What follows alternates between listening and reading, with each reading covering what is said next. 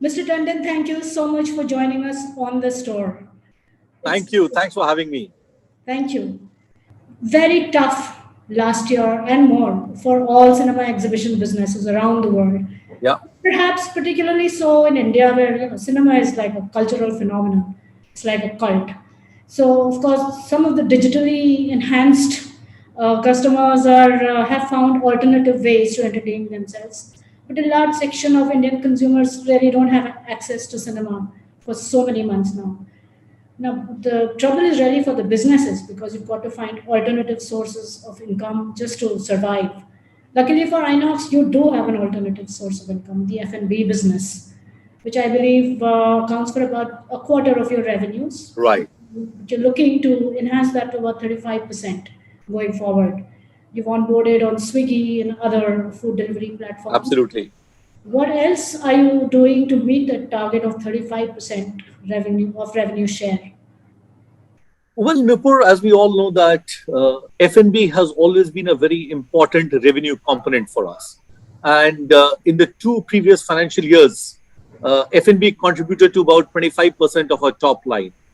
And let me tell you that we are totally upbeat about the new renewed F&B roadmap, which we are rolling out. And we are quite excited about it. As you rightly said, that we have tied up with Swiggy, Zomato, with Easy Diner.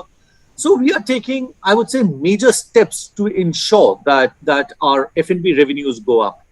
We are looking at various meal options. For example, today we know that Inox has got a cafe and wine brand. We have got, I would say, a 7-star service which we offer in our insignia properties where food is concerned. We have got live kitchen in some of our properties. We have got a master chef who curates our entire menu, Vicky Ratnani. He helps us a lot in our curating of menu. So where food is concerned, I think that we are up there. Guests like our food. We have got some repeat orders when people are leaving. They want to get some food packed, which we do it for them and give it to them or send it home with them. So that's a lot of stuff we are doing where food is concerned. What we are going to offer now is different types of pulaus, different types of biryani, dal makhani, the staple Indian diet of a chana chawal or a rajma chawal. So that's something now which we are working on and that we rolled out very soon. Let me also tell you that where beverages are concerned, whether it's a juice offering, whether it's a mojitos which we have, or the introduction of the Inox special, which we call the popcorn shake, guests have received it very well. And we are getting a lot of repeat orders for those things. And we have not stopped there. We have carried it forward to the desserts also. So to satiate the sweet tooth, we have the new thing which we have a jar-based exotic desserts like tiramisu, blueberry mousse, just to name a few. So I would say that these initiatives will surely ensure that our F&B revenue goes up. And with these introduction of new menus, I'm quite optimistic that our customers will spend more on food, that will increase our SPH and potentially our revenues through F&B. So these ready-to-eat products that you're working on, can you offer some details on the investments you might have made on this, right? The Well, sources. it'd be too early for me to talk about investment. Let me tell you that a lot of kitchen trials have taken place, and whether it's for how to prepare them, how to ensure that they last long, how to ensure that when it reaches a customer's house, he can just warm it up and eat. We are doing a lot of experiments where food is concerned and also on the packaging part. So, well, let me also tell you that there are no preservatives added to these food products. It's something which is just absolutely natural. And apart from the food component, Nupur, we are also looking at and working on how to serve them, how to take them to a guest's house. We are looking at premium spill, or if I can call it, leak-proof packaging for convenient experience.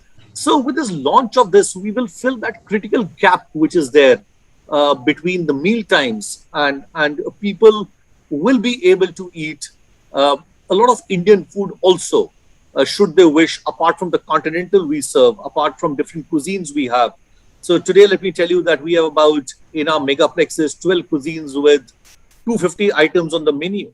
So we are trying to fill that critical gap, offering of meals where lunch and dinner is concerned, if somebody wants to have an Indian food with their movies or order it home.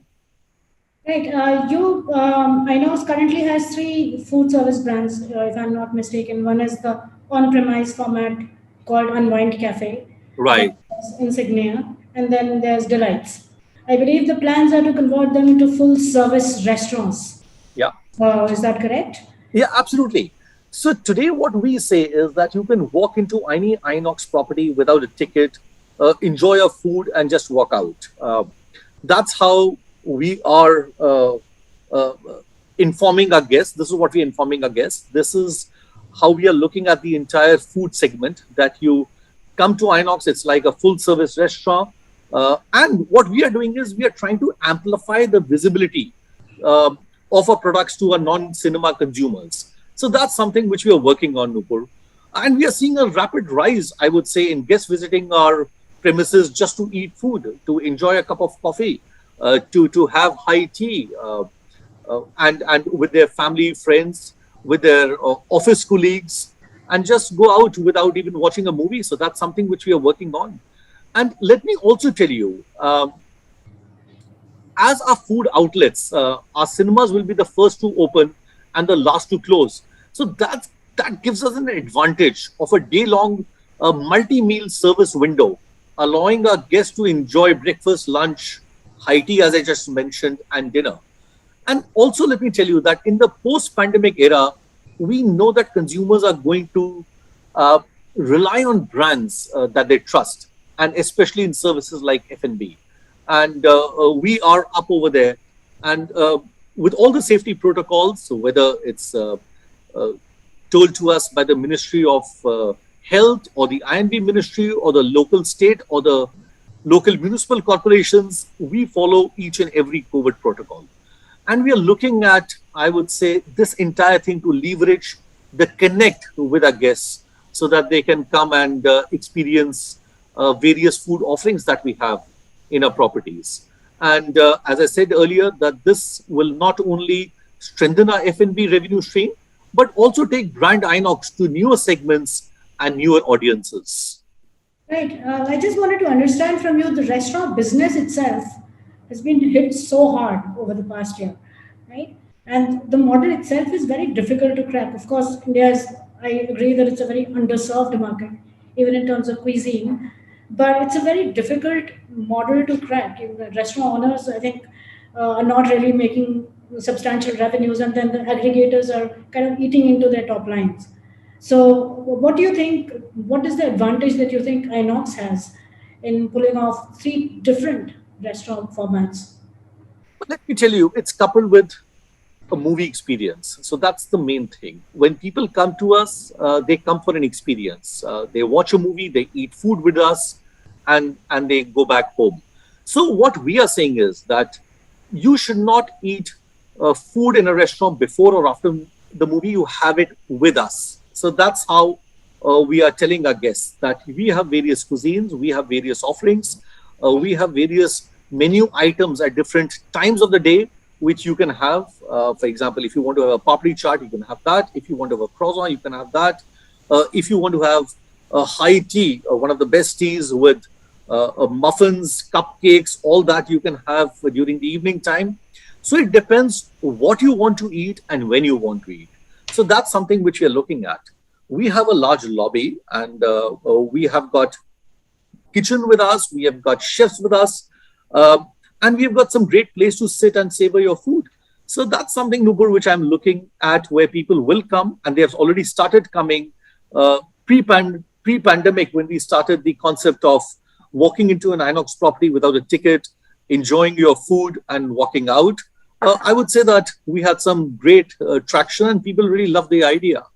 So I'm quite confident that our food business, which is contributing 25% today, it'll surely go up and contribute to the top line in a larger way.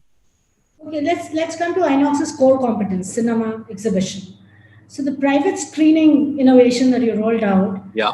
with curated content, and it's a very smart way to navigate the current restrictions on So, screen, etc., and working with those restrictions. In fact, so how is that taking off? well, if I can answer in one word, outstandingly well. So we saw after the first lockdown that people really booked cinema halls with us, and driven by a desire to offer the best and safest cinema experience, I would say we rolled this entire concept of having private viewing with your family and friends. And let me tell you, when we rolled it out last year, um, for guests who can book an entire auditorium for their birthday parties, for their anniversary celebrations, for seminars, webinars, training, workshop, corporate events, just to name a few. People really liked it, and they booked it because you have the entire auditorium for a few people. Uh, Having social distancing in today's times, when things will be better, I think that each and every seat will be sold. But now, depending on the restrictions, we are blocking the seats which are not to be sold. But still, people are liking it. People are taking the entire hall to watch a movie with maybe 10, 15 of their friends and relatives to come out and have a good time. And also, let me tell you that the pricing point is also very, very uh, affordable. We are starting bookings at for 999 for an entire auditorium. The booking can be done very, very conveniently. We can curate the offering as per your choice. So whether you want to see a movie which is currently running in a halls, or you want to see a library content which has been a blockbuster and you would like to uh, see it again with your family and friends. So we are offering different formats to our guests. And even where food is concerned, we are curating the menu as per our guest's desire. So whatever he wants or she wants, we are offering it to them. They can watch a movie of their choice. They can have a food of your choice. We can set up the ambience as per your liking. So we are taking, I would say, cinema viewing experience to a different level, where people are coming to us and they're telling us what they want for their special occasions, and we are catering it to them as per their needs. So it sounds like you're actually extending the cinema experience into a lifestyle event Absolutely. for So sorry to interrupt you here. There, we call it as watching a movie at Inox is like it's a lifetime experience. It's an experience we are giving our guest to ensure that he gets the best. right. All right. You recently you were quoted telling investors that you're looking to open about 133 properties and 966 screens in the Yeah. near future, right? You said India is a very under-screened market, and Inox is extremely bullish about the prospects of the Right. industry. So, what are these indicators that are making you bullish about the industry? Well, let me tell you that we have always been very bullish about the Indian film industry. We know that this is a main source of entertainment for us Indians. Um, and cinemas are here to stay. Yes, there has been an aberration. There has been a slight glitch in the last, I would say, a year and a half, but we will bounce back strongly. That's my conviction. And we as a company are very sure about that. Let me also tell you, Newport, that we are a very underscreened nation. Um, we just have about 8 to 8.5 screens per million population. And if I look at multiplexes, it's only about uh, 2.5 to 3 multiplex screens per million population. So today we can grow a lot. We show at least 1,800 to 2,000 titles every year across the country. When I say we, means the Indian film industry. And we at Inox in FY20 showed about 1,100 unique titles. So there's an immense opportunity for everyone to grow. Uh, we Indians, as I always say, is that watching a movie is in our DNA, and that will always be there. Nobody can take that away from us. And for us, showing a movie with uh, great sound, uncompressed sound, crystal clear image, in a great atmosphere, I think Inox does all that. So cinema movies are not going anywhere. When you talked about expansion, Yes, this financial year we should be opening about 19 screens. I'm talking about FY22. Um, and then there are another 25 screens which could be open, but that all depends on how the COVID behaves, if I can use it that way, that what's the behavior of COVID. So it all depends on that. But going forward, we have signed lots of screens, nearly 950 screens are there, and we'll be opening them, I would say, sooner than later. So may I ask if these screens will be, if you can offer some information on the spread of these properties, tier 2, 3, 1 metros, roughly? All over the country. See, we are a pan-India player. We are in 19 states as we speak. So these are all over the country, whether it's a tier 1 or a tier 4. So we are spread out everywhere, Nupur, as of now. And going forward also, this pipeline will be the same. Right. So Inox introduced India to the 4D innovation in 2020, but the rollout has possibly been a little slower than one would have expected. So can you offer us some insights on how the 4D experience took off, or should it have taken off as you expected to? Well, it took off really well. And MX40, we tied up with MX40 of the US. It's an amazing technology. They have got about 10 to 12 patented effects on the armchair, apart from 6 or 7 atmospheric effects which are there in the auditorium. So I think it's done really well. We have seen the occupancy of screens which are equipped with the MX40 technology higher than the others. Well, I can say that we have ushered in a new level of way to watch a cinema. It's like being a part of the movie. And the technology has been very well received by all our guests, by all our patrons. It's immersive. You can feel the action. You've got built-in sensors. So whatever is there on the screen, you can feel it happening to you.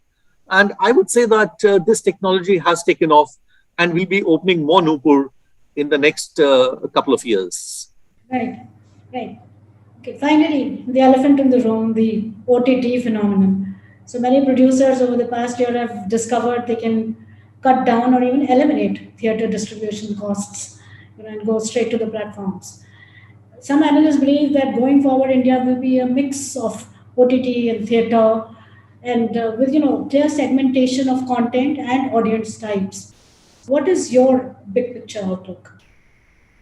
Well, first we have to understand the difference in the type of content that is consumed in an OTT compared to in a cinema. We look at OTT, or we watch OTT for docudramas, documentaries, web series, or a movie which we have missed out in the hall. Because remember one thing, there's always a time lag between a movie hits a screen and it comes on an OTT platform. It's only in the last, I would say, 14, 15 months that movies have gone straight to OTT, and that too just a handful of them. As I said, that Inox alone showed 1,100 titles in FY 2020.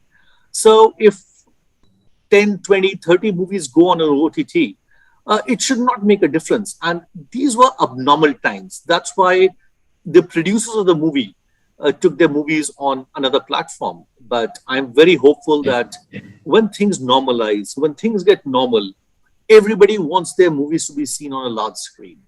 Whether it's the person who's made it, or the talent which is in that movie, or the people who have worked hard behind the scenes to make this particular film, they all want that their product should be shown on a large screen. And I think that that will be the norm going forward, as it was in the pre-pandemic era.